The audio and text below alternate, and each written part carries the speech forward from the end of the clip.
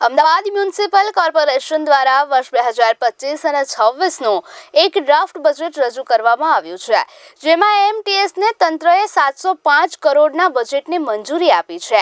આગામી વર્ષમાં 445 નવી એસી બસનો પણ ઉમેરો કરવામાં આવશે।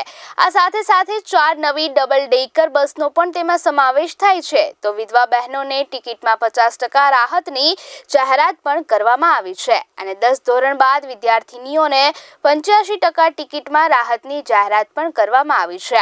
વધુમાં એમસી દ્વારા વીએસ હોસ્પિટલ માટે વર્ષ 2025 અને 26માં 257.59 લાખનું બજેટ રજૂ કરવામાં આવ્યું છે।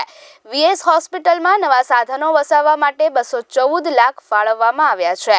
હોસ્પિટલની નર્સિંગ સ્કૂલ અને હોસ્ટેલ બિલ્ડિંગના રંગકામ તેમજ ડ્રેનેજ લાઇન માટે પણ હવે 50 લાખ ફાળવવામાં આવ્યા છે। આ સિવાય હોસ્પિટલના એકાઉન્ટ તેમજ અન્ય વિભાગના સિસ્ટમ સોફ્ટવેર ડેવલપમેન્ટ માટે 100 લાખને અને નર્સિંગ સ્કૂલમાં અભ્યાસ કરતા બાળકો માટે 150 લાખ ફાળવવામાં આવ્યા છે।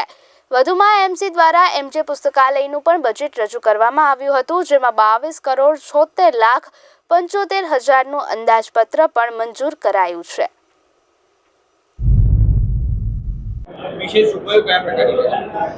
શેઠ માજે પુસ્તકાલય 25-26નું બજેટ જે ગ્રંથપાલ દ્વારા રજૂ કરવામાં આવ્યું હતું એ 20 કરોડ 5,75,000નું જે ડ્રાફ્ટ અંદાજપત્ર મૂકવામાં આવ્યું હતું, તેમાં વ્યવસ્થાપક મંડળ દ્વારા અમારા વાત માનનીય મેયરશ્રી, પક્ષના નેતાશ્રી, ડેપ્યુટી મેયરશ્રી, ચેરમેનશ્રીઓ અને નગરજનો દ્વારા અનેક સૂચનો જે આવેલા હતા, અમારા શાસક પક્ષના નેતા દ્વારા, વિપક્ષના નેતા દ્વારા આ સૂચનોનો સમાવેશ કરવામાં આવ્યું છે।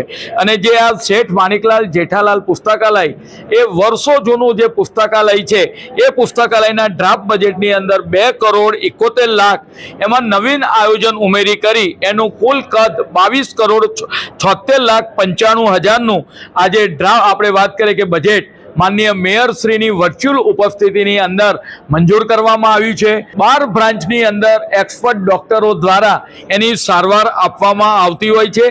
એમબીબીએસ પછીનો આ 3 વર્ષનો કોર્સ છે અને આવા ડોક્ટરો એ વીએસની અંદર પોતે સારવાર આપતા હોય છે અને જે તબીબી ક્ષેત્રે નવી ક્રાંતિ આવેલી છે એ જે આપના માધ્યમથી પીએમ જય યોજના હોય એની અંદર માનનીય મુખ્યમંત્રીશ્રીએ 5 લાખ નહીં પણ 10 લાખ સુધીની સારવાર ગુજરાતના લોકોને આપણે વાત કરીએ ફ્રી આપી છે।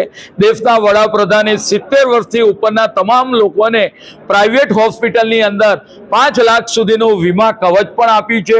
આમ આરોગ્યની સેવા ભારતીય જનતા પાર્ટીના શાસનની અંદર લોકોને સહેલાઈથી મળી રહે। તદુપરાંત આપણે વાત કરીએ કે 9 જેટલા સીએચસી સેન્ટર ચાલી રહ્યા છે અને 72 કરતાં વધારે અર્બન હેલ્થ સેન્ટર ચાલે છે। આ તમામ અર્બન હેલ્થ સેન્ટર પર તમામ પ્રકારના ટેસ્ટો એ નિઃશુલ્ક કરવામાં આવતા હોય છે અને સીએચસી ઉપર પણ